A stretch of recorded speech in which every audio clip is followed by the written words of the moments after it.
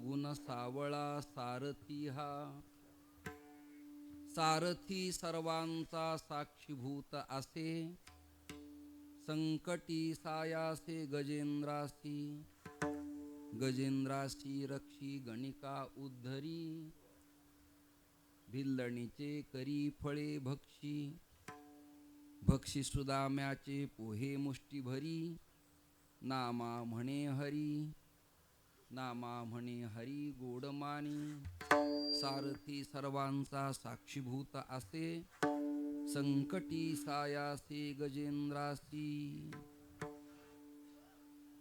ध्येयं सदा परिभवग्नमभीष्टदोहं, तीर्थास्पदं शिवविरञ्चनूतं शरण्यं, भृत्यार्त्यहं प्रणतपालभवाब्धिपोतं, वन्दे महापुरुषते चरणारविन्दम्। आर्यधर्मोद्धारकाय संसारतमनाशिने, श्रीमत्शंकराचार्याय ज्ञानसूर्याय ते नमः। सद्गुरुं सच्चिदानन्दं केवलं करुणाकरं, ज्ञानयोगेश्वरं वन्दे ज्ञानदेवं पुनः पुनः। प्रतिष्ठानगोदावरीचा निवासी, असा भक्त जो आवडे श्रीहरीसी, तया आठविता थोर आल्हाद चित्ता, नमस्कार माझा सद्गुरु एकनाथा। भक्तीने घटला हरीस पटला जो जानता वाटला, संसारी कसला न अन्य असला जो विठ्ठला भाळला, ज्ञानाचा गटला बला मज भला ऐसा जगी बोधला, त्या श्री संत सद्गुरु माणकोज चरणी साष्टांग मी घातला। प्रभावती नगरीच्या चरण सानिध्यात, पालम तालुक्याच्या कुशीत परमार्थ क्षेत्रात उज्ज्वल काम करणाऱ्या अनेक गावांच्या पैकी सादलापूर या पवित्र मातीमध्ये कैवल्य सम्राट चक्रवर्ती ज्ञानोबारायांच्या 750 जन्ममहोत्सव तथा भक्त शिरोमणी नामदेव महाराज संत जनाबाई यांच्या 650वा समाधी सोहळा आणि सद्गुरु मोतीराम महाराज यांच्या 160व्या जन्ममहोत्सवाच्या प्रीत्यर्थ इथे नामयज्ञ संपन्न होतोय आणि त्यामध्ये श्रीमद भागवत कथा सत्संग सोहळा, आदरणीय भागवत कथा प्रवक्ते परमार्थप्रेमी श्री जगन्नाथ महाराज पाटील, खांडवलकर, जिल्हा ठाणे, त्यांना धन्यवाद। ज्यांनी मला इथे निमंत्रण दिलं ते हरिभक्तीपरायण श्री केशव महाराज पालमकर, एकनाथ महाराज नामदेव महाराज संस्थान श्री क्षेत्र उमरज, त्याचबरोबर राम महाराज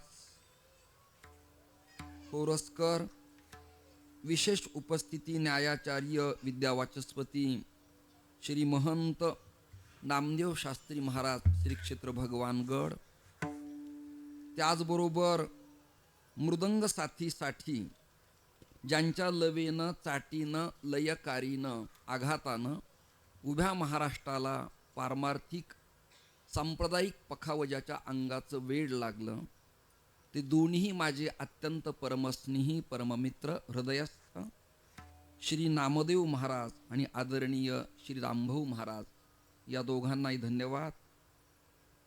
ज्यांनी चाल गायली ते संतोष महाराज आणि उद्धव महाराज, यांनाही धन्यवाद।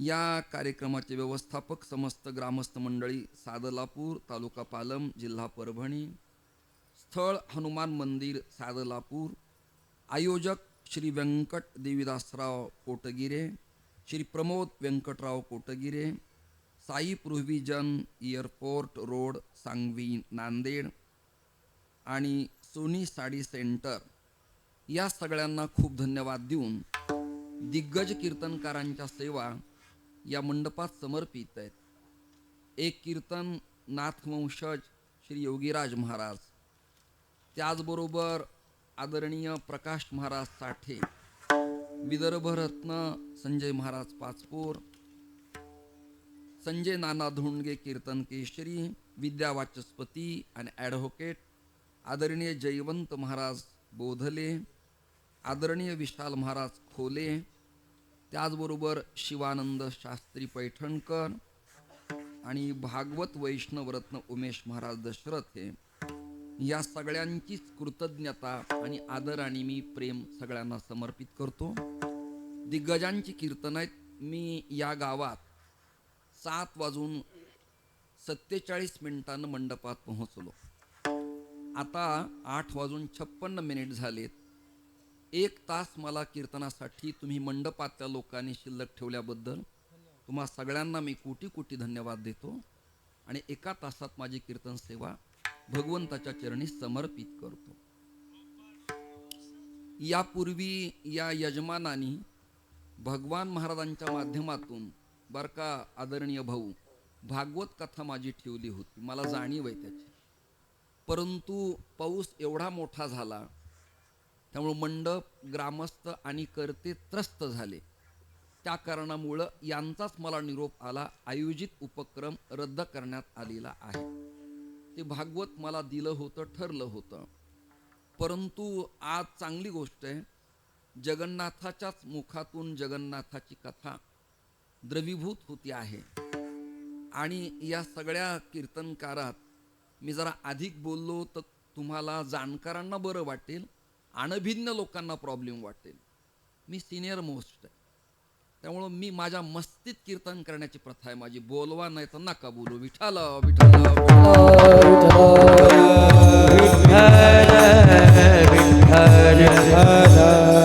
स्पीकरवाला काय म्हणला, गायक काय म्हणला, गावकरी काय म्हणले, मला घेणं नाही देणं नाही. आजचा अभंग भक्त शिरोमणी नामदेवरायांचा.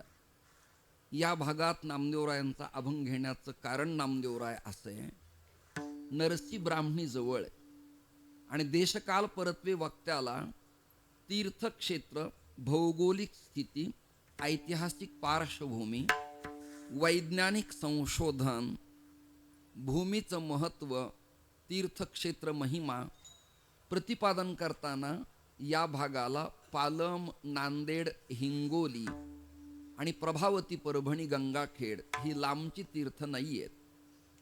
रामभाऊ महाराज विष्णू परमात्म्याचं एका दैत्याला मारताना खेटक नावाचं शस्त्र हातातून पडल्यामुळं खेटकचं खेड आणि गंगेच्या प्रवाहात पडल्यामुळं गंगाखेड नामकरण निर्माण झालं. त्याचबरोबर सोनपेठ आहे, ही सोन्याचीच पेठ आहे. याचा अर्थ असा आहे, भगवान शास्त्री सोनपेठकर या विज्ञान घन वेदांत तत्वज्ञानाच्या मर्मज्ञ सत्पुरुषाचा जन्म त्या पवित्र मातीत झाल्यामुळं सोन्याची पेठ आहे, सोनपेठ आहे.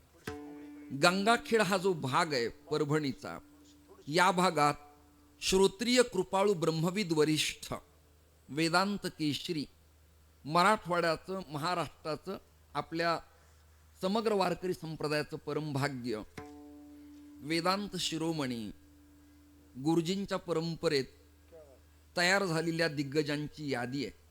हा तुमचा पालम, गंगाखेड, परभणी, सोनपेठ भाग हा थिल्लर कीर्तनकारांचं कीर्तन ऐकणारा भाग नाही, पोरकटपणा स्वीकारणारा भाग नाही.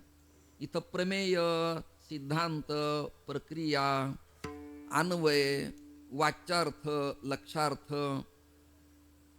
व्युत्पत्ती, विभक्ती, प्रत्यय, व्याकरण आणि षडलिंगात्मक अभंगाची पद्धती ऐकणारा हा भाग आहे. काही कीर्तनकारांच्याच मूळ संप्रदायात वाटोळ होत आलंय जवळजवळ. भावगीत, गाणे, स्वरचित कविता, यामुळं त्यांची त्यांना ते ग्रेट मानतात, पण विद्वानांच्या सभेत कफल्लक वेडे म्हणायला काही हरकत नाही. मी एवढं बिनधास्त का बोलतो, आता कुणी मला निमंत्रण द्यावं आणि तुमच्या पाकिटावर मी जागावं याची मला आवश्यकता राहिलेली नाही. आताच उद्धव महाराज म्हणाले, आता खूप झाल्यामुळं मी तृप्त आहे. माझे कान किती तयार असतील कल्पना. विठ्ठल विठ्ठल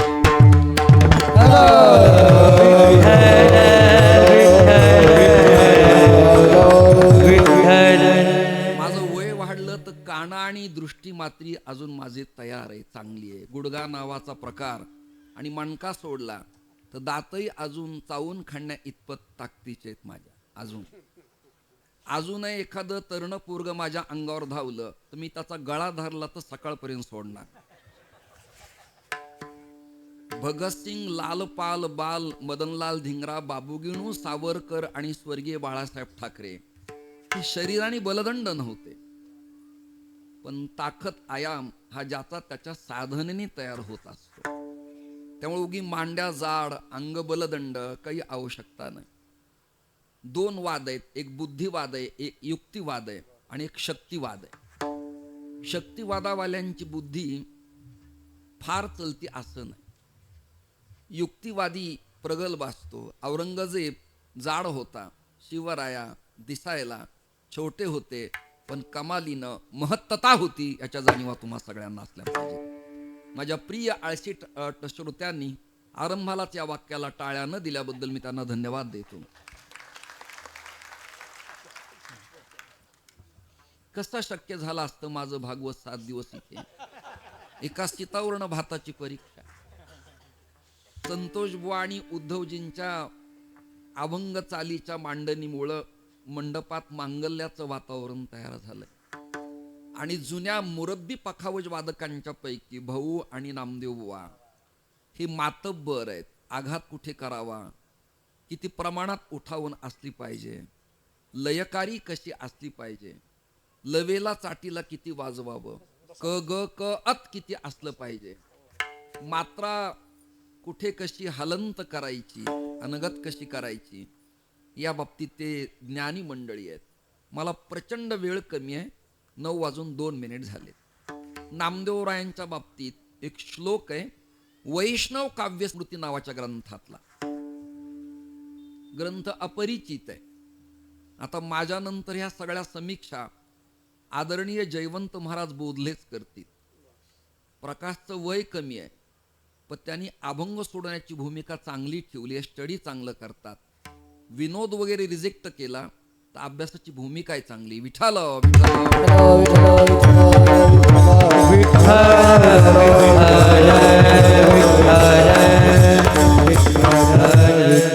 तो श्लोक असाय, सुभक्तो नामदेवावै, सुभक्तो नामदेवावै, विठ्ठलो गोकुलस्तथा, विष्णुस्वामी अनुयायानाम त्रयोद्वारा सतान मताः. हा विषय संतोष महाराज काही श्रोत्यांच्या अपरिचित असल्यामुळं त्यांना लगेच मान हलवावी असं प्रकरण नाही. एखादा राग किंवा एखादा ताल तयारीचा असेल, माहितीतला असेल तर समेवरती मनुष्य मान हलवतो. पण अनावट ताल असेल, हेमटा किंवा टप्पा, तर मग टप्पा घ्यावा लागतो. तो जनसामान्य भजन करणाऱ्या लोकांना त्याची लयकारी सम आणि काल कळत नाही. तसा अपरिचित श्लोक मी तुम्हाला वैष्णव काव्यस्मृती ग्रंथातला निवडलेला आहे. आणि त्यात वर्णन आहे, सुभक्तो नामदेवावै. भक्त खूप आहेत पण सुभक्तौ, संस्कार खूप आहेत पण सुसंस्कार, कर्म खूप आहेत पण एक कुकर्म आहे आणि एक सुकर्म आहे, उत्तम कर्म आहे. त्यातलं कोणतं निवडायचं ज्याचं त्यांनी ठरवायचंय. इंडियन ऍक्ट पिनल कोड घटनेच्या संविधानाप्रमाणे काय स्वीकारायचंय काय स्वीकारायचं नाही या बाबतीत मंडपातले लोक तुम्ही स्वतंत्र आहेत. पण अट्टहासानं संप्रदायाच्या अभंगाची भूमिका मांडणं या बाबतीत मी स्वतंत्र आहे. विठाल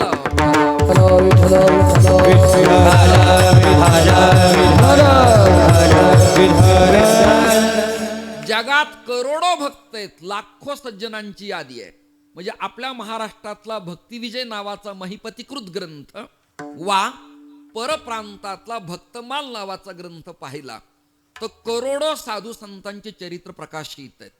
संत कथामृत नावाचा खंड दासगणू दादांनी लिहिला. शमशेरकर बुवानी ग्रंथ लिहिले. अजूनही काही लोक आपापल्या परंपरेतल्या साधू सज्जनाच्या फडाच्या परंपरेच्या महापुरुषांच्या कथा लिहितात. ही तू एवढा आहे, करोडो संतांचे चरित्र आहेत. परंतु त्या सगळ्या संतांच्या मध्ये मास्टर माइंड, ग्रेट फिलॉसॉफर आणि भारतीय पर्यटनात नंबर 1 क्रमांकाचे संत म्हणून ज्यांच्याकडे अवलोकन करण्यात येतं आणि गुरु गोविंद सिंग साहेबा नावाच्या ग्रंथात ज्यांची गुरुबाणी प्रवेश करून आजही सिख पंथातल्या सज्जनाला दिशा आणि दशा प्राप्त होती, तो ग्रंथ आजही भारतात सगळीकडे अभ्यासकांना गुमाणपासून ते थेट सुवर्ण मंदिरापर्यंत आणि नरसी ब्राह्मणी पासून ते थेट नांदेड पर्यंतच्या गुरुद्वारापर्यंत अभ्यासायला मिळतो. महाराष्ट्रात अन्य संतांचं वाङ्मय दुसऱ्या पंथात, दुसऱ्या धर्मात, दुसऱ्या आचार्यांच्या मध्ये प्रवेश करून आलेलं नाही. त्यात फक्त मान आहे या भागातल्या भक्त शिरोमणी नामदेवरायांचा. आणि त्यांना वाक्य लिहिलंय सुभक्तौ. ते कसे भक्त आहेत? सुभक्त आहेत, उत्तमोत्तम आहेत. म्हणजे मध्यम, उत्तम आणि कनिष्ठ असे 3 टप्पे जर भक्तांचे केले तर नामदेवरायांचं यादीत नाव आहे सुभक्तौ. क्रमांक 1 मेरिट क्रमांकाचे प्रथम भक्त नामदेवराय. ज्ञानोबराय वयाने लहान, ज्ञानाने मोठे. ज्ञानदेवा तू कैवल्यम. कैवल्य शब्दाचा अर्थ आहे ज्ञानप्रदानता, सुख देणारा, आल्हाद देणारा. माऊली वयानं लहान पण मान सन्मानानं थोरले. फॉर एक्झाम्पल शृंगेरी पीठाचे आत्ताचे नवीन शंकराचार्य विदुशेखर भारती तुमच्या माझ्यापेक्षा वयानं खूप लहान आहेत, पण 4 वेद, उपनिषद, न्याय, वेदांत, निघंटू, व्याकरण, कणादांचं पदार्थ ज्ञान या बाबतीत ते तरबेज असल्यामुळं विद्वान पंडित असलेल्या दंडी संन्यासाला वा वारकऱ्यातल्या अभ्यासकाला वा ब्राह्मण कर्मातल्या वैदिकाला त्यांच्या आसनाच्या जवळ पाया शेजारी बसावं लागतं. अमित शहांच्या पासून राजनीत शहांच्या पर्यंत. दृष्टांत संपला. मोठी नावं घेतलीये, मी पुन्हा ग्रामपंचायत सदस्य सांगत नाही. विठाल विठाल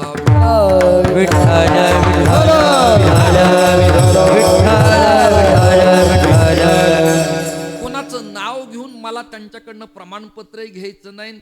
माझ्या वहावेमुळे ते मोठेही होणार नाहीत.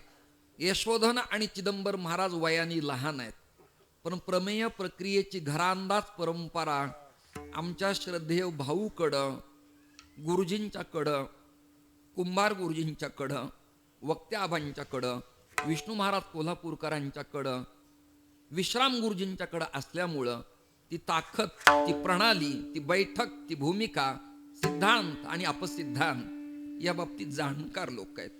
क्षमा मागतो, या परंपरेत माझं जीवन तयार झाल्यामुळं माझं मन आणि बुद्धी काहीही स्वीकारायला तशी लवकर तयार होत नाही. त्याचं कारण आहे बुद्धीचे वैभव अन्य नाही दुजे. बरं का, एका केशवराजे सकळ सिद्धी. एका केशवाखेरीज माईक, मिथ्या आणि प्रातिभाषिक सत्तेतले पदार्थ स्वीकाराची भूमिकाच नाही. त्यांचं वय लहान आहे, पण विद्वानांनी जवळ बसून औपनिषदिक आणि बृहत प्रस्थानस्त्र ऐकावं. उदाहरणार्थ जयवंत बाप्पाचं माझ्यापेक्षा वय लहान आहे, पण ज्ञाती परंपरा भाऊंच्याकडे तयार झाल्यामुळं सिद्धांताची पकड, मांडणी आणि भूमिका स्पष्ट आणि स्वच्छ आहे. त्यामुळे मी दंडी संन्यासी असलो तरी त्यांच्या कीर्तनात रिस्पेक्ट देऊन मी अभिवादन करून बाजूला बसावं. का? आपल्या संप्रदायात वयापेक्षा त्याच्या ज्ञानाला, त्याच्या स्टडीला, त्याच्या अभ्यासाला, त्याच्या अनुभवाला विशेष महत्त्व देण्याची प्रथा आणि परंपरा आहे. त्यामुळे ज्ञानोबराय वयाने लहान आहेत, परंतु उपजताची ज्ञानी हे वर्म जाणूनी आले लोटांगणी सांगते. सखा आहेत, ज्ञानोबराय आहेत, माऊली आहेत, आई आहेत, साधकांचा मायबाप आहेत, कैवल्य तेजो निधी आहेत, तुकोबाराय राग रसिक आहेत, शांतीब्रह्म नाथराय आहेत, पण नामदेवराय भक्त शिरोमणी.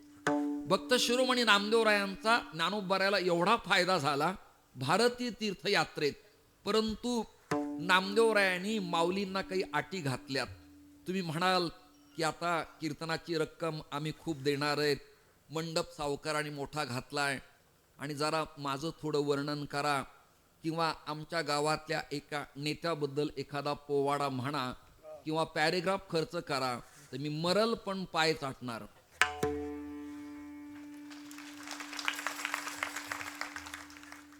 संप्रदायातल्या गायकानं, वादकानं, कीर्तनकारानं अभिमानी नसावं, पण स्वाभिमानी असावं. आपण दारिद्र्यातली लेकरं नाहीत, भिकाऱ्यांची लेकरं नाहीत, आपण लांडग्यांची, कुत्र्यांची लेकरं नाहीत, आपण सिंहांची बछडे आहोत. लक्षात धरा. आपल्या मस्तीत मस्त राहायचं. कुणी म्हणलं आवडलंच नाही, कशाला बोला, अरे बोलूच नको, चल विठाला विठाला.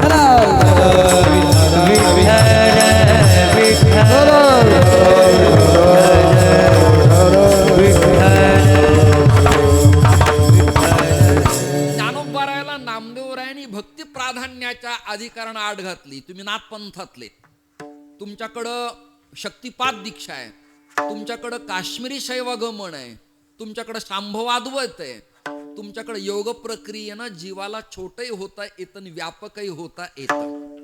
तुम्ही क्षणार्धात एखादं पाखरू चिमणी व्हाल, क्षणार्धात हत्तीसारखे बलदंड व्हाल. आम्हाला योग प्रक्रिया आणि सिद्धी आवडणार नाही. म्हणून तर नाथराय म्हणाले, सिद्धी लावी पिसे कोण तया पुसे, नेले राजहंसे पाणी काही. आता कथेत विषय होईल किंवा झाला असेल पुढे. गवळणींनी आपल्या दरवाजात अष्टदल नावाची रांगोळी काढल्यानंतर कृष्ण परमात्मा खेळत खेळत येत असायचा. क्षमा मागतो माझ्या लेकींच्या आयांची.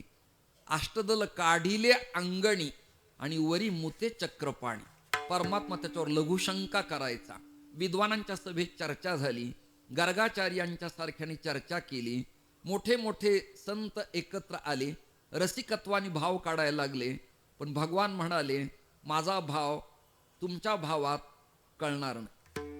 हेही वाक्य ज्यांना कळलं नाही त्यांना मी धन्यवाद देतो. माझा भाव तुमच्या भावात कळणार नाही, त्याला अंडरलाईन आहे, त्याला सद्भाव लागेल, स्वतःचं ज्ञान असलेला भाव लागेल, स्वच्छ भाव लागेल, विनम्रता लागेल, कोवळेपण लागेल, सगुण साकाराच्या प्रती अंतःकरणात ओलावा लागेल, पूर्वजन्मीचं प्रारब्ध क्रियामान संचित असावं लागेल, मग बहुत सुकृत असावं लागेल, मग विठ्ठली आवडी होईल आणि माझा भाव कळेल. मी काही वेडाय का रांगोळीवरती दीर्घ शंका लघुशंका करायला? कारण असं आहे, या अष्टपाकळ्यात ना या अष्टदल आहे आणि अष्टदल म्हणजे त्याचं लॉजिक मिनिंग आहे अष्ट महासिद्धी. तर सिद्धींना माझ्या परमार्थात भक्ती संप्रदायात आणि वारकऱ्यात थारा नाही, अंधत्वाला थारा नाही. डोळस श्रद्ध आणि विज्ञानाधिष्ठित परंपरेला थारा आहे. आमच्याकडे सिद्धीला आणि अंधत्वाला, मूर्खपणाला, ब्लास्ट कलेप्टेड पापी बलात्कारी भोंदू यांना थारा नाही.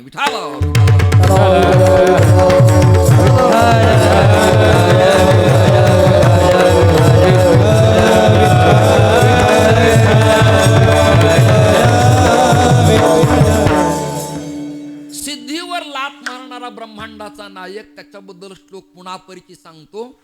हे कृष्ण करुणा सिंधो दीनबंधो जगतपते, गोपेश गोपिका कांत राधा कांत नमस्तु. ते गर्ग संहिता. गोपेश गोपिका कांत भागवतात राधा कृष्ण संबंध शिल्लक नाही. गर्ग संहितेत गोपेश गोपिका कांत, गोपीचा कांत श्रीहरी आणि गोपी म्हणजे आल्हादिनी शक्ती. गोपी म्हणजे प्रेम वात्सल्याचा भाव. गोपी म्हणजे किशोरीजी. गोपी म्हणजे आल्हादिनी. गोपी म्हणजे कुंडलिनी. गोपी म्हणजे दुर्गा. गोपी म्हणजे भगवती. गोपी म्हणजे गंगा यमुना. भगवान कृष्ण म्हणाले की मला ज्यांनी ओळखलंय त्या यादीत महाराष्ट्रात एक संत आहे आणि त्याचं नाव आहे सुभक्तो नामदेवाबाई. विठ्ठलो गोकुलस्तथा विष्णू स्वामी अनुयायानाम त्रयोद्वारा सतान्मताः. वैष्णवात 52 द्वार आहेत, त्यात 3 रुद्र संप्रदायाच्या, त्यात वारकऱ्यांची एक आहे, त्याचं नाव नामदेव द्वार आहे आणि त्या द्वारेचे आचार्य ज्ञानोबा आहेत आणि गादीपती नामदेवराय आहेत. नामदेवराय ज्ञानोबाराला म्हणाले, तुम्ही म्हणताल चला तिकडे चला इकडे, करा नमस्कार, जोडा हात, घ्या अर्घ्य, करा आलिंगन, मला ते चालणार नाही, मला आवडणार नाही. कटेवरी कर नाही जावे वाचे, नगे मी तयाचे दर्शन, नगे मी तयाचे दर्शन, नगे मी तयाचे दर्शन. कटेवरी कर नाही जावे वाचे, नगे मी तयाचे दर्शन,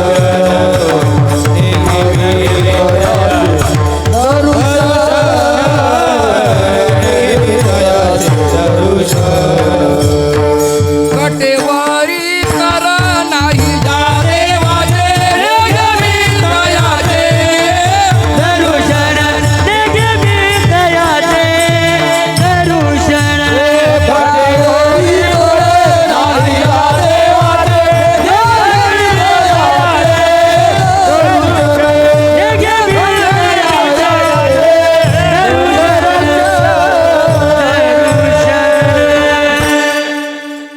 जर कोणी म्हटलं की आमच्या गावात तीर आहे आणि त्याच्या पाया पडा, तर मी मरल पण पाया पडणार नाही.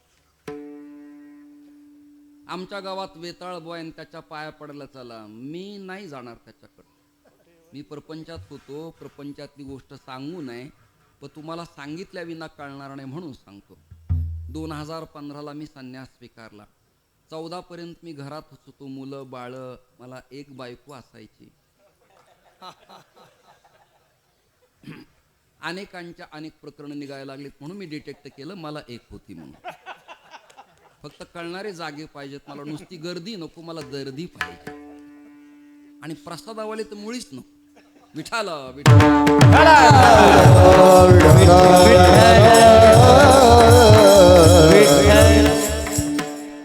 मी कधी घरी गेलो तर चेहरा तिचा सुकलेलाच असाय.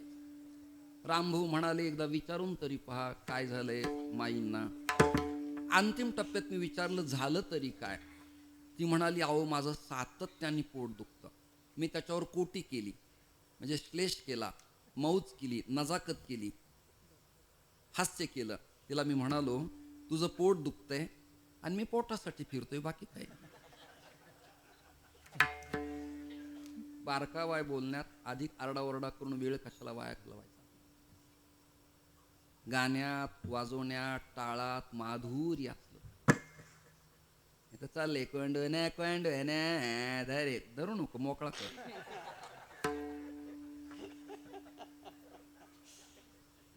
ती मला म्हणाली तुम्हाला विनोदाचाच नाद आहे, सख्खी बायको कळत नाही. मी म्हणलं म्हणजे हेही ज्यांना कळलं नाही त्यांना धन्यवाद देतो.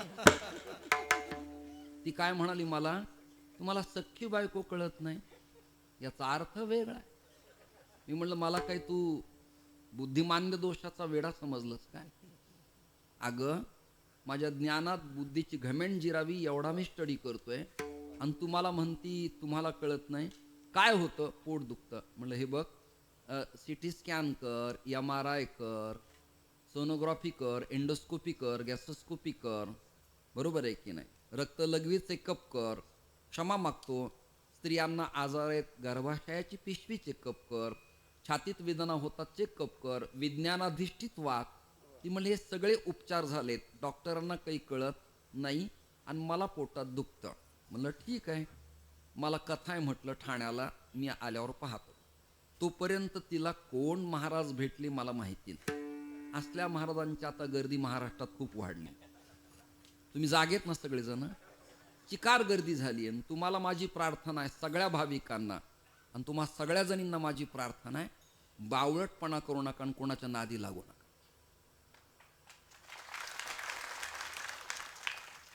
आपल्या संप्रदायानं अंधत्व स्वीकारलेलं नाही, सश्रद्धपान आणि विज्ञानाधिष्ठित स्टडी शिकवलाय.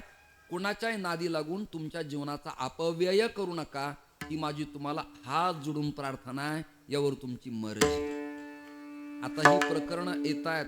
आदरणीय नामदेव महाराज आणि रामभाऊ संतोष महाराज आणि उद्धवजी कीर्तनं देताना सुद्धा भय वाटायला लागलं.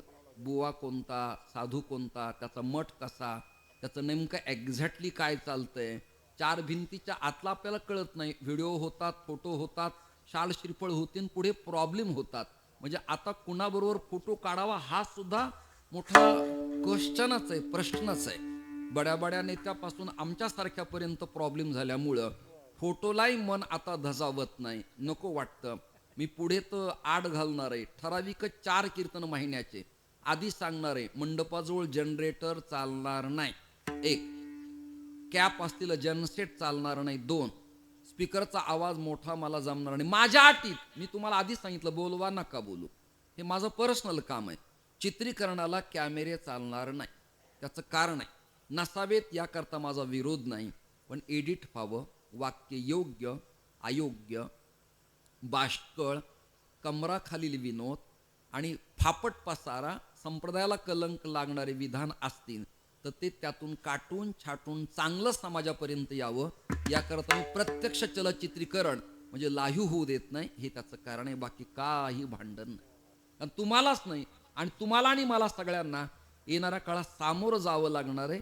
आता काळ जवळ आलाय, अजून काही याद्या बाहेर येणार आहेत असं मी ऐकलंय. त्यात कदाचित आम्ही असो किंवा नसो, म्हणून काही आपण डगमगणार नाही, पण तरी सुद्धा सावध राहणं गरजेचं आहे. विठाल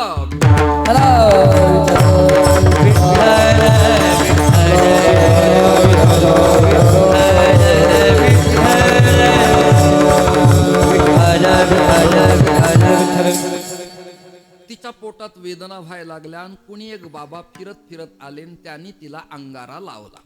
कळते तुम्हाला? माती, राख, अंगारा लावला आणि ती मला म्हणाली मला बरं वाटायला लागलंय. मग MD मूर्ख आहेत, MS मूर्ख आहेत, BHMS MBBS वेडे आहेत काय? त्यांनी अंगारा लावला, तिला बरं वाटायला लागलं. हा दृष्टांत माझ्यावर मुद्दाम मी घेतो म्हणजे तुम्हाला कळावं याकरता. त्रास व्हायला लागला आणि मग तिला कोण ते बुवा म्हणाले की नदीत काही देवता असतात 7, सेंद्राचा त्याला रंग असतो, 7 देवता असतात ना. इकडे काय नाव आहे त्यांचं? तेच म्हणतात ना. काही ठिकाणी माऊल्या म्हणतात, काही ठिकाणी आसरा म्हणतात. आणि मी आलो ठाण्याची कथा करून आणि बाई मला म्हणाली तुम्हाला तर काही कळतच नाही. मला अगदी बरोबर आहे, माझं ऐकणारे बहुतेक वेडे असावे. दृष्टांत होऊन गेला. ती मला म्हणाली की तुम्हाला काही कळत नाही. मी म्हणलं ज्या अर्थी मला कळत नाही त्या अर्थी ऐकणारा माझा वर्ग वेडा आहे की काय कोणास ठाऊक आहे. काही म्हणा म्हटली पण तुम्हाला काही कळत नाही. त्या महाराजाला कळलंय आणि ते म्हणाले की मला आसराचा प्रॉब्लेम आहे. कुणाला? तिला. म्हणलं ठीक आहे, नैवेद्य कुलधर्म कुलाचार पूर्ण वर्णन आपलं कर, ओटीभर कपडे लत्ते बगव काय साडी पीस आहे ते समर्पित कर. भावना आहे तुझी तर माझी नाही, तुझी भावना आहे तर कर तू. ती म्हणली नाही पण निदान नैवेद्याला तरी बरोबर या, नवरा बायको असावेत. तेव्हा मी नवरा होतो. आणि त्याला एक कारण आहे, संसारीच कुलदैवता मी मानली बायको, आज्ञेने तिच्याच वागलो ती आयको नायको बायको. मराठी आहे. नाविलाज आहे, हा संसार धर्म आहे म्हणून मी तिच्या बरोबर गेलो नदीत. ते जसं आता इथे वाजवत वाजवत मला इथे आणलं ना, त्या वाद्याचं काय नाव आहे? हलकी. त्या हलकी जशी जशी वाजायची तसं तसं त्या नदीतल्या बऱ्याच जणी ते माझ्या डोळ्यांनी मी पाहिलं. मग मी काय केलं, माझ्याही केसाचा आंबाडा सोडला. कळतंय ना तुम्हाला? गाठ आंबाडा. आणि मी सुरू केलं. ती म्हणली तुम्हाला असं होतं का? म्हणलं पहिल्यापासून होतं. ती म्हणली मला लग्न झाल्यापासून कधी दिसलं नाही. म्हणलं असं दैवत पाहिल्यावर होतं. मग ती तर म्हणली मग मी तर म्हणले तुम्हाला या देवाचा मला त्रास आहे. म्हणलं हो त्याच्यामुळेच मला काटा यायला लागला अंगावरती. गेलो तिथं मी निवळ नाटक केलं. मी ते मानतच नाही ना. गेलो मी तिथे.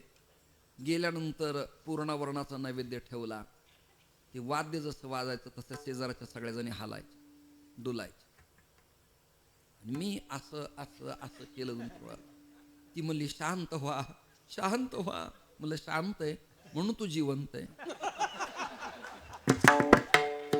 मी रुद्रावतार घेतला असता तुझा शिरच्छेद केला असता, पण का नाही केला? वारकरी मला नावं ठेवतील की पत्नीला मारणारा हा डकाईत कोण असावा, पुन्हा मीडियाला बातमी. त्यामुळे मोठ्याला सहन करावं लागतं नाविलाजानं.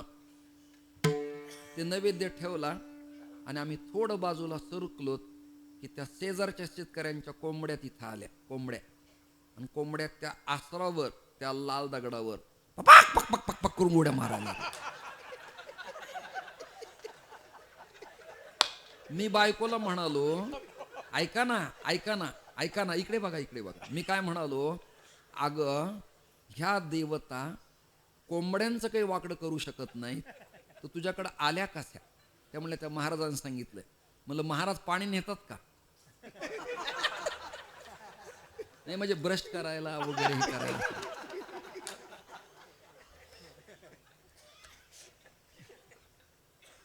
उगी काही बोलू नका, देवाचं मानलेलं बरं असतं. म्हणलं बरं आहे ठीक आहे. घरात जाता जाता हातपाय धुतले आणि घरात जाताना तिला मी पुन्हा एकदा टच केलं. या आसरा आल्यात तर येऊ दे, माझं काही भांडण नाही, पण आसरांना आपल्या वाड्यात तुझ्याकडे एंट्री करताना हा म्हसोबा कसा दिसला? माझ्या नादी लागभर म्हणत देवाला कसं काय ते लिंबू तर नाहीच पण सेन सुद्धा देणार नाही. विठाला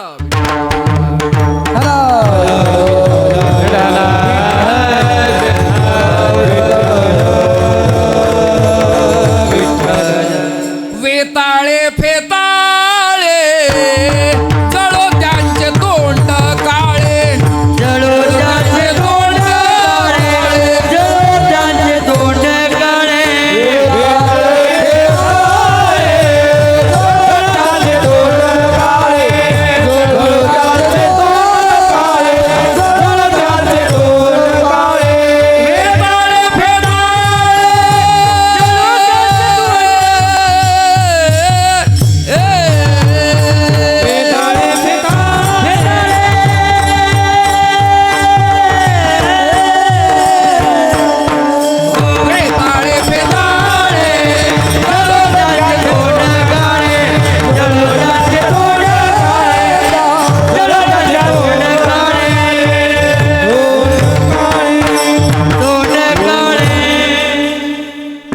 म्हातारा झाला म्हणून काय झाला?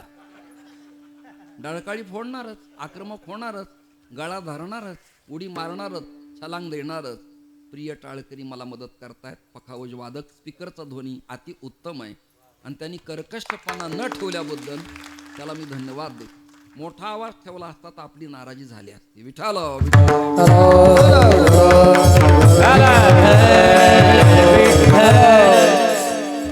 या देवतांच्या नादी न लागणं हा संप्रदायाचा शिष्टाचार आहे. मग एक धरीला चित्ती आम्ही रखुमाईचा पती, सर्वसंगी विटा आला तू एकला आवडसी. एको देवो देवकी पुत्र एव, एका श्रीकृष्णाखेरीस विठ्ठलाखेरीस अन्यांचा आम्ही अपमान करत नाहीत, पण भाऊ सहजासहजी स्वीकारत नाही. अन्य पंथाबद्दल आपलं भांडण नाही, पण माझा वाईट नाही. वाद नीट ऐका. अन्य धर्माबद्दल आपली शिवीगाळ नाही, पण माझा वाईट नाही. या भूमिका मांडणं वेडेपणाचं लक्षण असेल तर काही त्याला अर्थ राहिला नाही. नामदेवराय फार मोठे भक्त थोरले. सुभक्तो नामदेवा वै विठ्ठलो गोकुलस्तथा. त्यांचं वजन गोकुळात, वृंदावनात, मथुरात, केशव कलाधारी बगीचा आणि महाराष्ट्रात पंढरपूर, नरसी ब्राह्मणी, आळंदी, तेरढोकी इत्यादी परंपरेमध्ये. नामदेवरायांना अनुग्रह कोणाचा? शंका आणि समाधान. नामदेवरायांना अनुग्रह तुमच्या पाठातला आहे. ज्ञानदेव उपदेश करून या पाही, सोपान मुक्ताबाई बोधी गेले, सोपान मुक्ताबाई बोधी गेले. हा हा सोपान मुक्ताबाई बोधी गेले, सोपान मुक्ताबाई बोधी गेले. मुक्ताईने बोध खेचरासी केला, तिने नाम याला बोधी येले, तिने नाम याला बोधी येले. मुक्ताईने बोध खेचरासी केला, तिने नाम याला बोधी येले, तिने नाम याला बोधी गेले. नाम्याचे कुटुंब चांगावटेश्वर, एका जनार्दनी विस्तार मुक्ताईचा.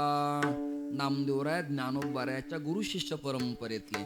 आदिनाथ, मच्छिंद्र, गोरक्ष, गहिनी, निवृत्तीनाथ दादा, ज्ञानोबाराय, सोपान काका, मुक्ताबाई, विसोबा खेचर, नामदेवराय, महादा, विठा, नारा, गोविंदा, गंगाखेडची जाना. कमी वेळेस सूत्रवत तुमच्या समोर भूमिका मांडली. ही नाथ पंथाची गुरुशिष्य परंपरा, उपास्य पांडुरंग परमात्मा आणि नामदेवराय सुभक्त अशा प्रकाराचे. ते म्हणाले, पंढरीचा देव बहुत कोवळा, पंढरीचा देव बहुत कोवळा, पंढरीचा देव बहुत कोवळा, पंढरीचा देव बहुत कोवळा.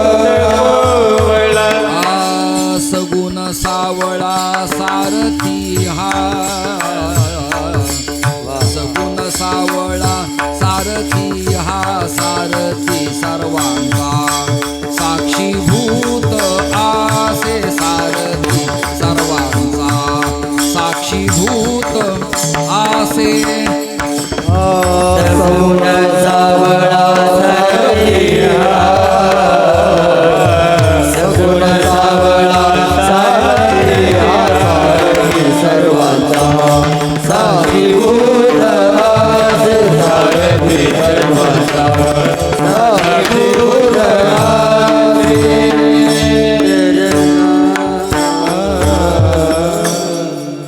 मच्छ कच्छ वराह नारसिंह वामन परशुराम राम बौद्धानी कलंकी. कोणत्या अवतारात परमात्मा कठोर आहे आणि कोणत्या अवतारात परमात्मा कोवळ आहे. कधी तो आवेश आहे, कधी तो अंश आहे, कधी अंशांश आहे, कधी कला आहे. येथे चांस कला असं गर्ग संहितेत वर्णन केलंय. भिन्न भिन्न प्रकरणात देवाचे अवतार आहेत. दत्तात्रयांचा अवतार कार्यकारण अवतार आहे. पांडुरंगाचा कार्य अवतार आहे. एका वाक्यासाठी मी तुमच्या सज्जनांच्या घेणार आहे संतोष महाराज. तुमच्याकडनं मला ती अपेक्षा आहे, म्हणजे तुम्ही वाजवल्यावर त्यांना कळेल याकरता बाकी काही. ती वाक्य असे, राम पूर्ण ब्रह्म आहे, कृष्ण नाही, राम पूर्ण आहे, कृष्ण परिपूर्ण आहे, विठ्ठल काय, विठ्ठल पूर्ण पूर्णतम आहे. विठ्ठल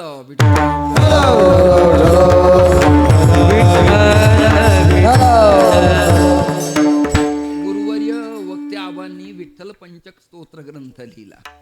छोटा आहे पण प्रासादिक आहे. त्यात असं लिहिलंय, भीमातीर निवासाय पंढरी पुरवासिने वा पांडुरंग प्रकाशाय विठ्ठलाय नमो नमः. म्हणजे समचरण सरोजम आणि महायोग पीठे हे 2 श्लोक सोडले पुराणात अन्य श्लोक पांडुरंगाबद्दल सापडत नाहीत. Rama plus Krishna is equal to विठ्ठला. राम अधिक कृष्ण बरोबर विठ्ठल.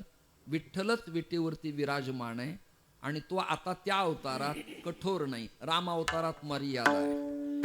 तो परशुराम अवतारात चापादपी शारादपी कठोर आहे. शस्त्र, स्फुलिंग, आकार, विस्फुरलेले डोळे, वादविवाद प्रकरण. आणि वामन अवतारातही त्याचं काम जरा वेगळंच आहे. का मात्रा विक्रमत्रय दत्तंजलं दीयताम स्वस्ति स्वागतम वदमिदो किं दीयताम मेदिनी. नर्मदेच्या तटावर यज्ञ करणाऱ्या बळीला त्यांनी पाताळातच घातला. बळी सर्वस्वे उदार जेणे उभारीला करुणी कहार तो पाताळी घातला. तुका म्हणे बळी जीव दिला पायातळी. दीपोत्सव्यम महत्पुण्यम बलिराजा प्रवर्तते आनंद सर्व लोकांना मंगलानी गृहे गृहे. त्याच्या नावावरून दिवाळीच्या कालखंडात बलिप्रतिपदा तयार झाली. दान द्यावं पण न डगमगता घाबरू नये हा त्यातला संदेश आहे. बळीनी खूप दिलं परंतु वामन मूर्ती त्रिविक्रमा त्यांनी बळी दाबला. नंतर सेवक झाला यात वादच नाही. परंतु कृष्ण अवतारात परमात्मा जरा सॉफ्ट आहे, सरळ आहे. वारकऱ्यांचं हिंदुत्व आणि वारकऱ्यांचं आचरण आणि वारकऱ्यांचं सोहळं जसं सॉफ्ट आहे, सॉफ्ट. माझं अधिक सोहळं नाही आहे, तुम्हा सगळ्यांना त्याची जाणीव आहे. विप्राचं घर असेल तर ठीकच आहे, नसेल तर दुधाची दशमी आहे, नाही तर फळ आहेत, नाहीतर ज्यूस आहे, नाहीतर थंड आईस्क्रीमही चालेल, काही हरकत नाही. फक्त अधिक थंड नको जेणेकरून कीर्तनात विपरीत घशावर परिणाम होईल असं. आता या माऊलींनी पूर्णिमे विचारलं, ड्रायफ्रूट घेता का, फळं घेता का, केळी घेता का. माझ्या इच्छेनं मी त्यांना ते टोपी घालून जे बसले त्यांना म्हणालो, मला थोडं दूध द्या, विदाऊट साखर, न तापवलेलं, थंडगार, एक वाटीभर मी प्यालो. त्या घरातल्या लोकांना समाधान वाटलं. हो, तुम्ही जर म्हणाले स्पर्शच करू नका, लांबूनच बोला, तो काळ नाही, ॲक्टही नाही, कायदा नाही आणि वारकरी संप्रदायाचा तो मानवतावादही नाही. विठाला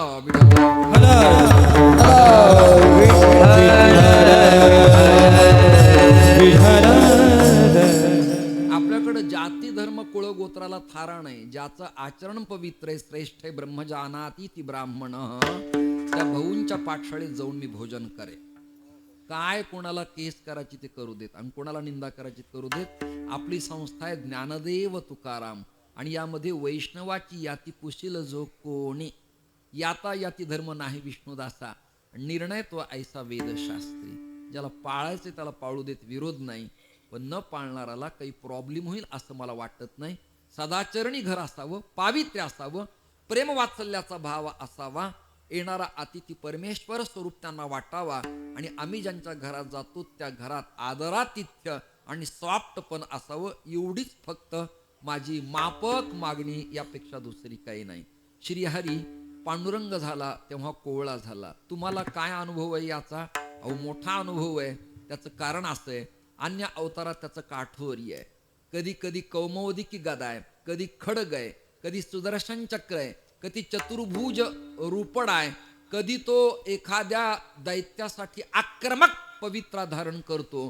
पण पंढरपुरातला देव वारकरी येऊ देत, चहाचा गाडा चालवणारा दिंडीत येऊ देत, तुळशीवाली येऊ देत, विणेकरी येऊ देत, चोपदारही येऊ देत, धर्म मानणाराही येऊ देत, धर्म न मानणाराही येऊ देत, धार्मिक पक्ष गटातला नेता येऊ दे, धर्म न मानणाराही येऊ दे, खटनट यावे, शुद्ध होऊन जावे, अशी दवंडी पिटवल्यामुळं चोरापासून ते सज्जनापर्यंत सगळ्याला आलिंगन देणारा महाराष्ट्रात एकमेव देव आहे. त्याचं नाव पांडुरंग परमात्मा. तिरुपती अवघड आहे, दत्तात्रयांचा अवघड आहे, भद्रकालीचा अवघड आहे, कठीण कर्म आहे, पण याच्याकडे सॉफ्ट पण आहे आणि सहज लीलया आलिंगन या देवाला देता येतं. याला दर्शन घेताना कोणी म्हणत नाही जरा बाजूला सारखा म्हणून. मला सातारकरांचं एक वाक्य आवडतं. तुम्ही म्हणालात की देवाला शिवू नका, अरे तू नको शिवू, पण भक्ताला देव शिवतो याचं काय करायचं? तू नको शिवू पण भक्ताला देव शिवतो याचं काय करायचं? इथं लागतो चोख भाव, स्वच्छ भाव. मला एक अभंग आठवतो, पण चाल मला तुमच्या दोघांसमोर गाता येणार नाही, कारण गाण्याची सवय माझ्यात मोडत चालली. श्रवणांचे श्रवण, घ्राणांचे जे घ्राण, रसने गोडपण विठ्ठल माझा, रसने गोडपण विठ्ठल माझा. श्रवणांचे श्रवण, घ्राणांचे जे घ्राण, रसने गोडपण विठ्ठल माझा, रसने गोडपण विठ्ठल माझा.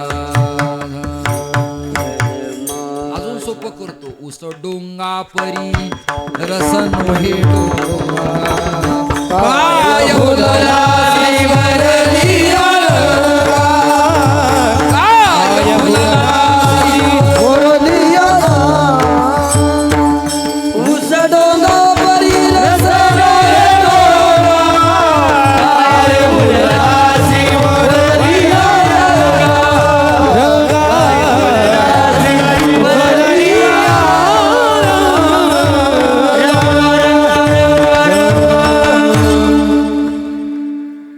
कमान डोंगी परी तिरनो हे डोंगा, काय भुलला शिवरलिया रंगा, काय भुलला शिवरलिया रंगा. पुढे चोखा डोंगा परी भावनो हे डोंगा. या करता या संप्रदायात चोखोबा, एकोबा, ज्ञानोबा, तुकोबा, सर्व धर्म, कुळ, गोत्र, वर्ण, प्रांत, शेख, मंबदांच्या पासून मोमीन कसायांच्या पर्यंत सकल संतांना प्राधान्य एकाच देवानं जगात दिलं. त्याचं नाव पंढरीचा देव. बहुत कोवळा. बहुत शब्दाला पॅरामीटर लावता येत नाही, स्कॅनर लावता येत नाही, मापन लावता येत नाही, एवढा त्याचा आयाम ठरलाय. पंढरीचा देव बहुत कोवळा, सगुण सावळा सारथी हा. परमात्मा सारथी आहे. दोन भाव मानता येतील रामभाऊ महाराज, आदरणीय नामदेव महाराज. अर्जुनाच्या रथावर बसून प्रॅक्टिकली युद्ध प्रसंगाला सारथ्य केलं एक, आणि दुसरं जीव नावाचा मृत्यू लोकातला हा जो अर्जुन आहे, याही अर्जुनाच्या दिग्विजयासाठी, आत्मकल्याणासाठी परमात्मा याही 10 इंद्रियाच्या रथात स्थापित होऊन मनेरी घोड्याला आखडण्याकरता, कंट्रोलिंग करण्याकरता, ब्रेक करण्याकरता काटेरी लगामाचा उपयोग करतात. हेही सारथ्य विठाल.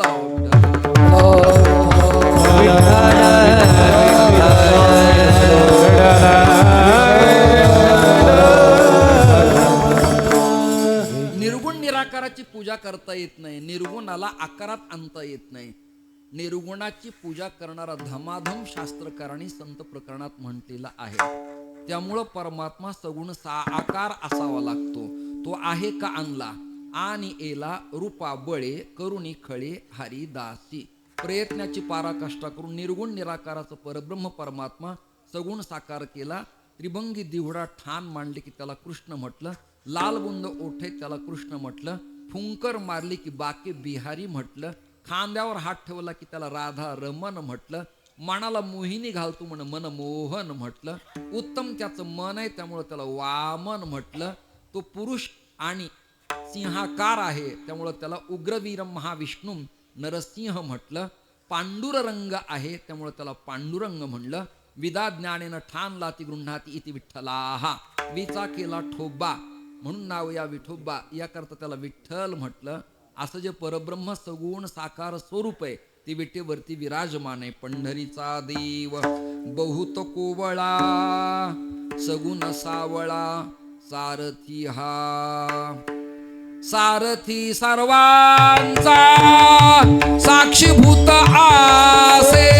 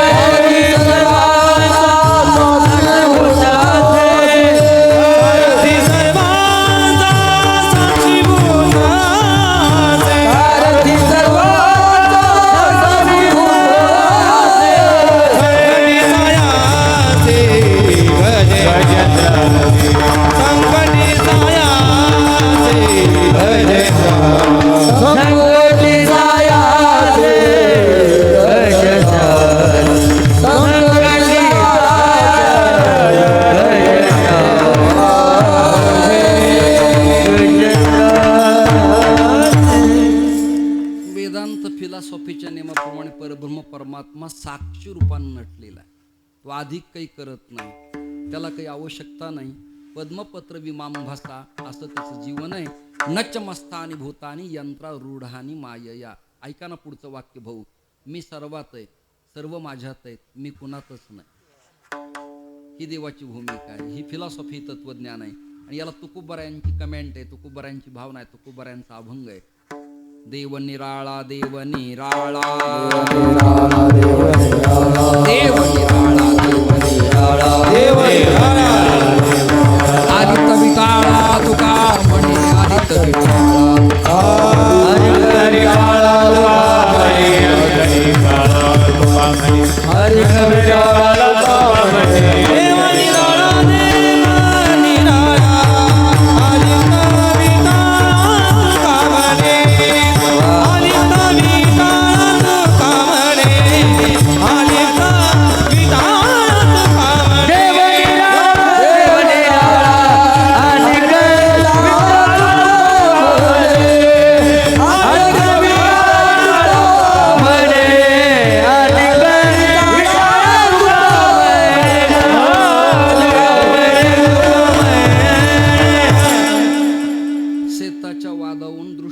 सामग्रेन समालोचनम परीक्षणम निरीक्षणांचे दृष्टांत.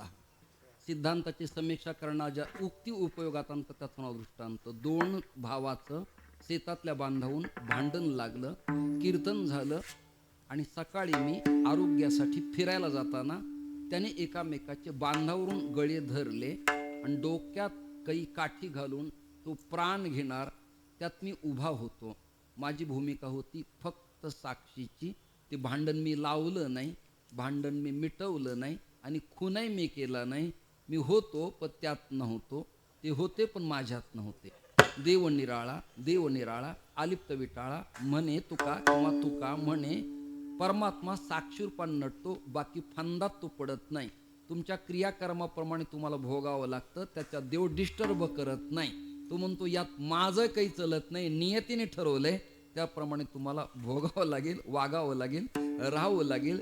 तुझ्यात मला फेरबदल करता येत नाही, इंटरफेर मला करता येत नाही. देवाची भूमिका आहे म्हणून साक्षी आहे परमात्मा, सारथ्य करतो तुमचं माझं अर्जुनासहित सगळ्यांचं. तिथे कुरुक्षेत्र आहे, इथे देह नावाचं क्षेत्र आहे. तिथे पांडवाचा अर्जुन आहे, इथं जीव नावाचा अर्जुन आहे. तिथे रथाला घोडे आहेत, इथे या रथाला घोड आहे. त्याचं नाव मणेरी आहे. तो अत्यंत घातक आहे. जिव्हा बाहेर काढतं, उड्या मारतं, कानं वर करतं, नाकात कानात हवा शिरली उड्या मारतं आणि अशा काटेरी लगामानी त्या घोड्याला आखडावं लागतं. ते काम परमात्मा इथे सारथ्य बसून करतो. सारथी सर्वांचा साक्षीभूत असे, संकटी सायासी गजेंद्रासी. 9:47 झालेत. भागवतात गजेंद्र मोक्ष आख्यान नावाची कथा येणार आहे पुढे, आज ना उद्या. श्रोते हो, गजेंद्र एक प्रकरण असे. गजेंद्र म्हणजे जीवच गजेंद्र. गजेंद्राला पत्नी आहे, म्हणजे त्याची मादी आहे. हत्तीनं तिला पिलंय आणि गजेंद्र स्नानासाठी चालला. चित्रकूट नावाचं पर्वत आहे, तिथे फेसाळीला पाणी आहे. अप्सरा स्नान करतात, नामदेव बुवा. त्या पाण्याला एक सॉलिड सुगंध आहे. हल्लीच्या भाषेत एक फ्लेवर आहे, उत्तम सेंट आहे, त्याला टेस्ट आहे. आईस्क्रीम घेताना सुद्धा लोक विचारतात त्याला फ्लेवर कोणता आहे म्हणून. पाण्यालाही फ्लेवर होता, जसा आळंदीच्या पाण्याला हल्ली फ्लेवर. विठाल विठाल.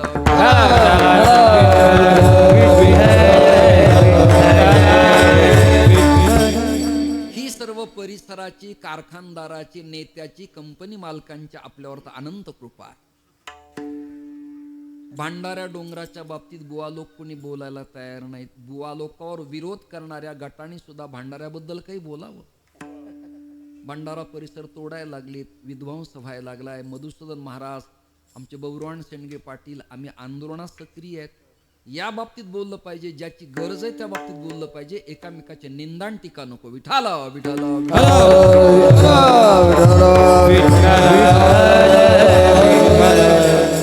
ऐका ना, तिथं स्फटिक, वैडूर्य, प्रवाळ, मौक्तिक असे रत्न आहेत आणि अप्सरा भाऊ तिथं स्नान करायला येतात. आणि अप्सरांच्या अंगाला पाणी स्पर्श झाल्यामुळं त्याचा एक स्वतंत्र सुगंध दरवळतो आणि मग तिथे फुलं विकसित होतात. सेवंती बकुल चंपक पाटलाभ जैही पुन्हा गजाती करवीर रसाल पुष्पैही श्रीमद भागवत. त्या फुलाचा सुगंध दरवळतो आणि मग भुंगे गुंजारव करत तिथे येतात. मी म्हणत नाही, ज्ञानोबराय सांगतात, का कमळावरी भ्रमर पाये ठेवी त्या हळुवार कुंचुंबेल केशर या शंका. ते बुद्धिवान भुंगे येतात आणि पाकळी न मोडता, स्त्रीकेशर पुकेशर न दुखवता त्यातला मकरंद चाखण करतात. याचं नाव आहे ज्ञानी भुंगा. कोणता भुंगा आहे हा? ज्ञानी भुंगा आहे. तो येतो आणि त्या मकरंदाने तृप्त होतो. असाच हत्ती ठुमकत मुरडत लाजत त्याच्या मंद गतीनं चालला, डुलत डुलत. त्याच्या गंडस्थळातून मध वाहत होता. कोणाच्या? हत्तीच्या. त्याला एक चिकट द्रव होता, एक सुगंध होता आणि गोडवा होता. गोडव्याला मुंग्या लागतात आणि गोडव्यावरती माशा बसतात. भुंग्याला वाटलं हत्तीच्या गंडस्थळातून वाहणारा द्रव स्वालड आहे, गोड आहे, स्वादिष्ट आहे. भुंगे गुंजारव करत होते आणि आता हत्ती पाण्याच्या सरोवरात स्नाना करता चालला होता. हत्ती काही कुत्र्यासारखा पळत नसतो, हत्ती कुत्र्यासारखा धावत नसतो.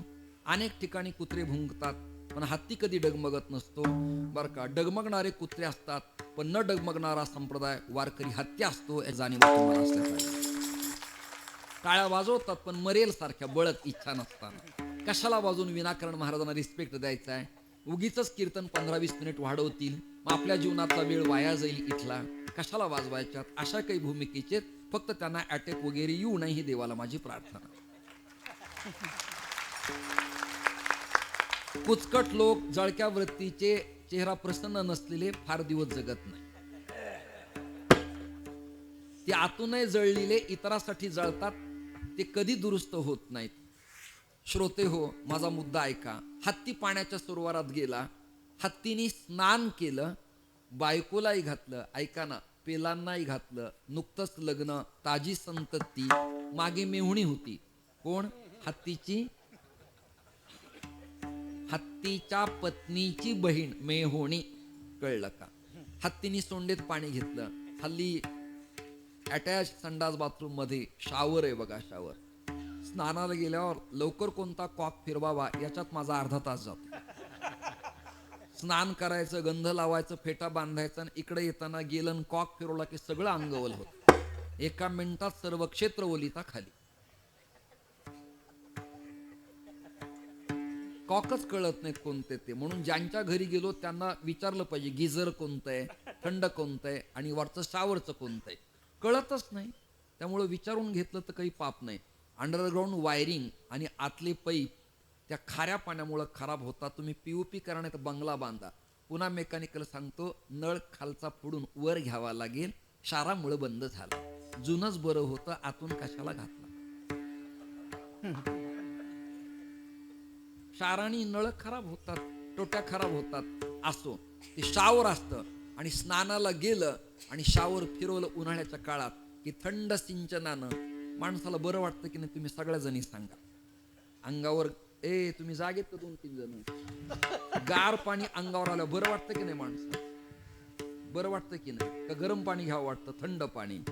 हत्तीने सोंडेत पाणी भरलं आणि असा फवारा मारला, मागे चित्कार केला. हत्ती ओरडत नसतो, काहींना कथित कळत नाही. हत्ती कर्कश ओरडला, बोलू नकोस, तुला कळत नाही. हत्तीचा चित्कार असतो, गाईचा हंबरडणं असतं, कुत्र्याचं भुकणं असतं, आणि पक्ष्यांचा किलबिलाट असतो. पक्षी ओरडायला लागले, पक्षी ओरडत नसतात. बंगला बांधल्यावर काय भयानक बांधकाम केलंय. मूर्खा, भयानक नाही, चांगलं केलंय. देखणंय म्हणून आहा हा, काय गायलं बेकार. काय गायलं ना बेकार, हे काही वर्णन आहे का? आजचे कीर्तनकार अतिउत्तम आहेत, पण त्यांना अक्कल नाही. हे काही प्रमाणपत्र आहे का? सॉलिड म्हणावं, गोड म्हणावं, देखणं म्हणावं, भयानक बांधकाम आहे. बांधकाम भयानक आहे म्हणल्यावर ते स्मशानासारखं झालं. त्याची वास्तुशांती करायची गरज नाही. भावच कळत नाही लोकाला. इन किलिंग कपडे घातले म्हणजे माणसं शहाणे होतात, तुम्हाला कोणी सांगितलं? श्रीमंतीने स्नाने होत नाहीत, त्याला बुद्धी लागते. विठाला विठाला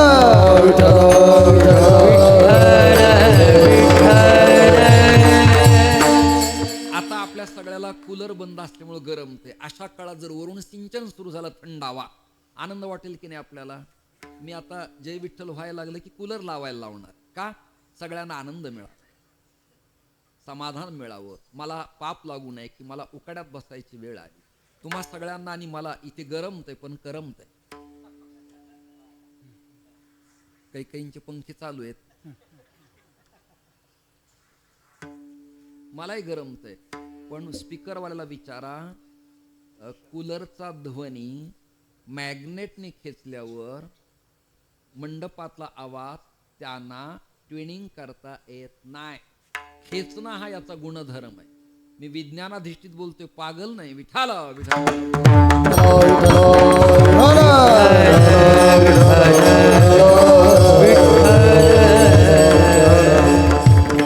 पुन्हा एकदा सांगतो माझ्या प्रिय गजांना, हो, हत्तीने सोंडीत पाणी भरलं आणि असं मागे करून चित्कार करत पाणी सोडलं. आनंद वाटला. मेहुणी सॉलिड खुश झाली आणि म्हणाली, भाऊजी काय सॉलिड स्वभाव आहे तुमचा. खरंच एवढ्या मे महिन्याच्या कालखंडात गरमताना तुम्ही थंड पाणी अंगावर टाकलं. खरंच माझ्या ताईनी चॉईस केलं, तुम्ही निवडलात. माझं चुकलं बाई, तुमचं माझं लग्न व्हायला पाहिजे. कोण म्हणाली? हत्तीनीची बहीण, हत्तीची मेहुणी. हत्ती खुश झाला. कुणामुळे? मेहुनीमुळे भाऊजी काय सॉलिड स्वभाव आहे. ऐका ना आता, भाऊजी पाण्यात गेले आणि त्याला मगरीने पकडलं. कुणी पकडलं? मगरीने पाय पकडल्यावर हत्तीने जिच्यावर पाणी मारलं त्या मगरीकडे पाहिलं.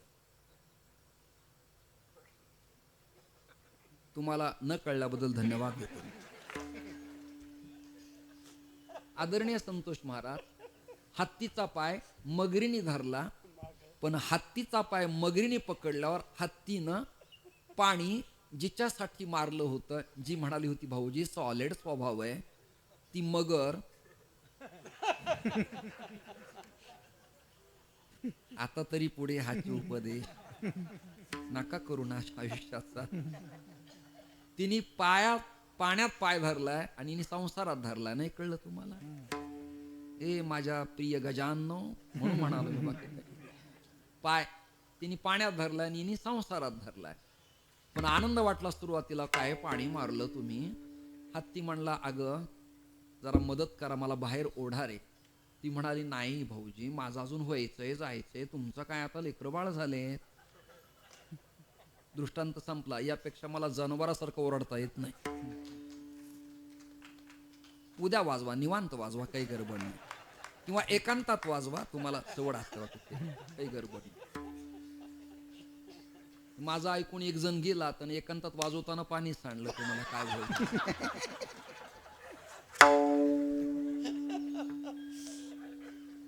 हे माझं ऐकून एका नवऱ्याने झोपीतच टाळ्या वाजवल्या. बायको म्हणली याला नॉर्मल माइंड इफेक्ट झालाय. रातोरात गोळ्या सुरू केल्या. म्हणून कुठेही वाजवा, पण कीर्तनात वाजवा, ही माझी भावना होती. श्रोते हो, दृष्टांत संपून टाकतो. भागवतातली कथा 2 तासाची आहे. 2 मिनिटात तुम्हाला मांडून समाप्त करायची. गजेंद्रांनी प्रयत्न केला. कळो येईल अंत काळी, कळो येईल अंतकाळी, कळो येईल अंतकाळी, कळो येईल अंतकाळी.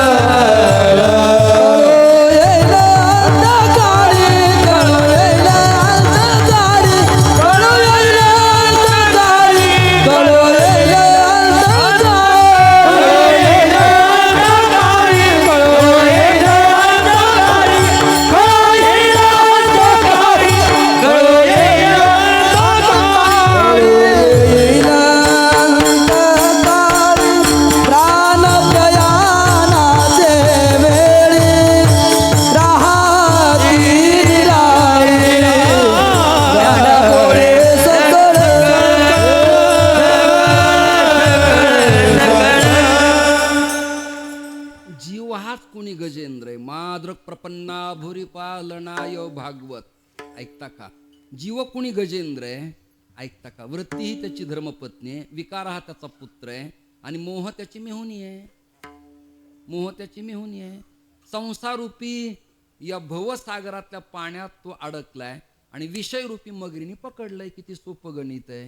पाय काही सुटत नाही. वयस्कर झाला पाय, आता काय पाय. जेव्हा तरणा होता तेव्हा तुला अक्कल नाही आली आणि आता म्हणतोय परभातीचे वाटे तुमच्या यावे दर्शन. येऊ नको तिकडच मत. तुला तारुण्यात रोग आलता का? माझा नाही आली आणि आता तुला इथं येऊन उद्धार व्हावा वाटतो. मोठी कथा आहे. गजेंद्रासाठी परमात्मा धावत पळत आला. सुदर्शन चक्र सोडलं नामदेव बुवा. सु म्हणजे उत्तम दर्शन, ज्याच्यामुळे घडतं ते चक्र सोडलं. त्या मगरीची दाढ फाडली, रक्तबंबाळ झाला. मगरीपासून गजेंद्र मोकळा केला. गजेंद्राला विमानात बसवलं. गजेंद्र वैकुंठात परमात्मा घेऊन गेले. गजेंद्राला वैकुंठात गेल्यावर शंका आली. 10 वाजता करेक्ट. गजेंद्र म्हणाले, देवा एक शंका आहे. काय? माझा उद्धार केला, मला वर आणलं, यात मला आनंद वाटला, पण एक शंका आहे रे. काय? माझा पाय धरणारा मगर तू मारलास आणि इथे कॅबिनेट खुर्चीत पहिल्या क्रमांकाला वर कसा हा? किती कळणाऱ्याला कळते मला माहिती नाही. गजेंद्र विचारतो देवाला, मगर वर माझ्या आधी कसा? आणि त्या मगरीला पहिल्या खुर्चीत रांगेत जागा कॅबिनेट कशी? भगवान म्हणाले, तुला कळत नाही गजेंद्रा. काय? अरे असं आहे, तू माझा भक्त आहेस, संत आहेस, नामधारक आहेस. माझ्या भक्ताची पाय जे कोणी पकडतात त्याचा मी उद्धार करतो आणि पहिल्या रांगेत जागा देतो. बरं झालं मी 7 दिवस कथा तुमची घेतली ना.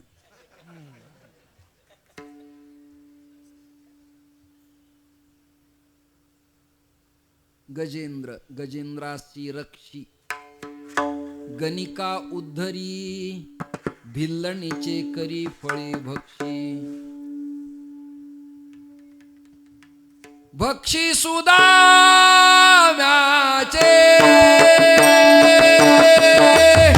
पोहे मुठी भरी. भक्ती सुद्धा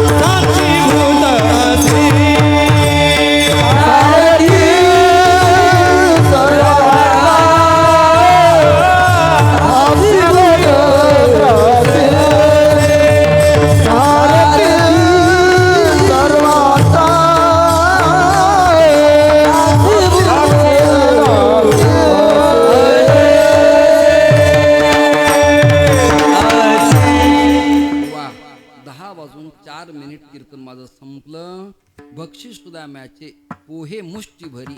नामा म्हणी हरी गोड मानी. भगवत भक्ती करताना कळलं का, प्रेम वात्सल्याच्या पोह्यानं परमात्मा तृप्त होतो आणि श्रीहरी आपलं आत्मकल्याण करतो. अशा नामदेवरायांच्या अभंगाची भूमिका संकल्पित वेळेत 1 तासाप्रमाणे तुम्हाला म्हटल्याप्रमाणे मी कीर्तन केलंय. हे सद्गुरू शांत स्वरूप श्री मोतीराम महाराजांच्या चरणी समर्पित करून फळेकरांची परंपरा आहे. आणि या गावात अजून एक कौतुक होतं, इथे एक योगीराज राहत होते.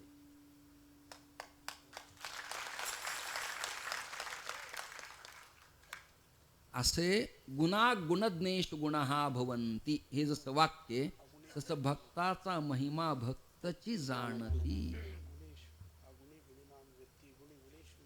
आहा, नाथ पंथातले जती इथं राहत होते, तपस्वी परमहंस.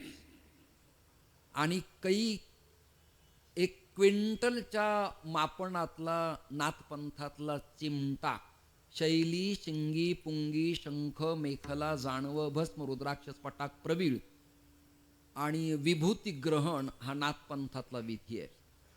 त्याप्रमाणे आपल्या नाकाला पकडून तो चिमटा उचलत असत. अशा तपस्वी महापुरुषाच्या भूमीत तुम्ही मला कीर्तन दिल्याबद्दल केशव महाराज संप्रदायाच्या वतीनं तुम्हाला मी धन्यवाद देतो. माझ्या प्रिय टाळकऱ्यांना, माता भगिनींना दीर्घायुष्य प्राप्त व्हावं. पुन्हा एकदा जाता जाता प्रार्थना आहे, अंधत्वाच्या खाईत आपलं जीवन समर्पित करू नका. डोळस श्रद्ध विज्ञानाधिष्ठित संप्रदायाचे विचार ऐका. जुन्या परंपरेची कीर्तनं तुम्हाला कंटाळवाणे होतील, पण त्या आत्मउद्धाराचे असतील यात मात्र शंका नाही, अशी भूमिका व्यक्त करतो. पुन्हा एकदा नामदेव महाराजांना, आदरणीय भाऊंना मी धन्यवाद देतो. आपल्या सगळ्या टाळकऱ्यांना, केवळ संतोष महाराज आणि उद्धवबुवा नाही तर बाकीच्यांची कुणाची जरी मी नावं घेतले नाही, तुमच्याबद्दल माझ्या अंतःकरणात ओलावाचे अशी भावना व्यक्त करतो. मला आनंद वाटला. मागे चिपळ्या घेऊन जे उभे आहेत ते माझी जातीचे मज भेटो कोणी. बरं, आपल्यापैकी कुणीतरी असावं. त्यांनी छानपैकी डुलत डुलत भगवत भजन केलं, बाराबंदी बांधली, चिपळ्या वाजवल्या. तुम्ही विनेकरी बाबा वयस्कर आजोबा आहेत ते पण उभा राहिले. मंडप उत्तुंग गच्च भरला. मी या परिवाराला, ज्यांचं मी आरंभाला आयोजक म्हणून नाव घेतले, त्या सावकार घराण्याला मी धन्यवाद देतो की एवढा उत्तम मंडप, मुंबई पुण्याच्या लेवलचा उत्सव तुम्ही करतायत. कॅमेरामन 2 छान आहेत, चोपदार उत्तम आहेत, सगळ्यांना गरमाय लागलंय. ज्याच्या हातात सप्लाय आहे, करंट आहे आणि बटन आहे, स्विच आहे, त्यांनी माझ्या सगळ्या भाविकांना एकदा कूलर चालू करावं अशी भावना व्यक्त करतो. सगळ्यांना आनंद मिळावा आणि आलेला घाम इथे संपावा अशी भावना व्यक्त करतो. मधलं भजन, माऊलींचं भजन आणि जय विठ्ठल क्रमाने होईल. वेळ आपल्याला खूप कमी आहे. हार घालणारे, बुक्का लावणारे तयार व्हा आणि कुणी कोणाची टोपी घालू नका. आपलीच टोपी आपल्या डोक्याला ठेवा. विठोबा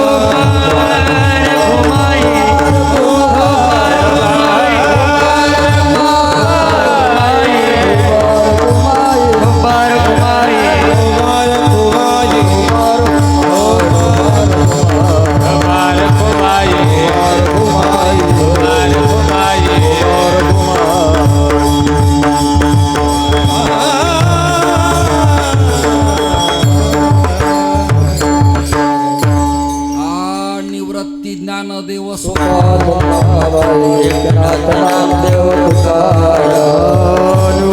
ज्ञानदेव सोपान सबाई एकनाथ नामदेव तुकाराम. एकनाथ नामदेव निवृत्ती ज्ञानदेव सोपान मुक्ताबाई एकनाथ नामदेव तुकाराम. निवृत्ती ज्ञानदेव सोपान मुक्ताबाई.